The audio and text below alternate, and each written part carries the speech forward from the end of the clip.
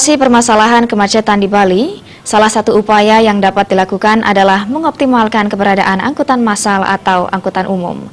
Agar meningkatkan fasilitas transportasi sehingga mampu memberi pelayanan yang baik dan menarik animo masyarakat, maka keberadaan angkutan massal perlu disubsidi.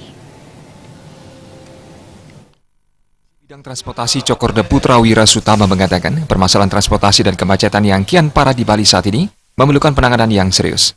Dalam menanganinya, masalah ini memerlukan penyelesaian yang holistik dan komprehensif. Perencanaan yang terintegrasi harus dipikirkan. Solusi yang dipikirkan tidak hanya untuk jangka pendek, namun juga jangka panjang untuk kedepannya.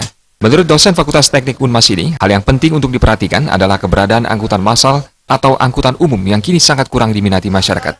Meningkatkan fasilitas, memberi pelayanan yang baik, dan menarik animo masyarakat, keberadaan angkutan massal perlu disubsidi. Jadi memang harus disubsidi. Jangan menyerah baru 1 tahun, 2 tahun, tidak kuat mensubsidi.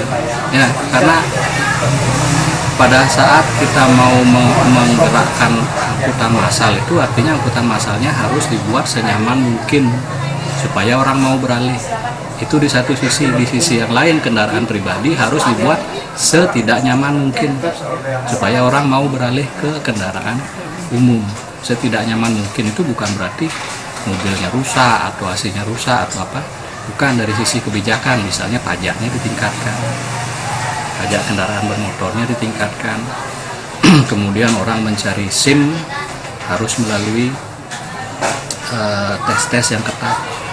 Ya, jadi cara-cara semacam itu sebenarnya tujuan akhirnya adalah menekan penggunaan kendaraan pribadi.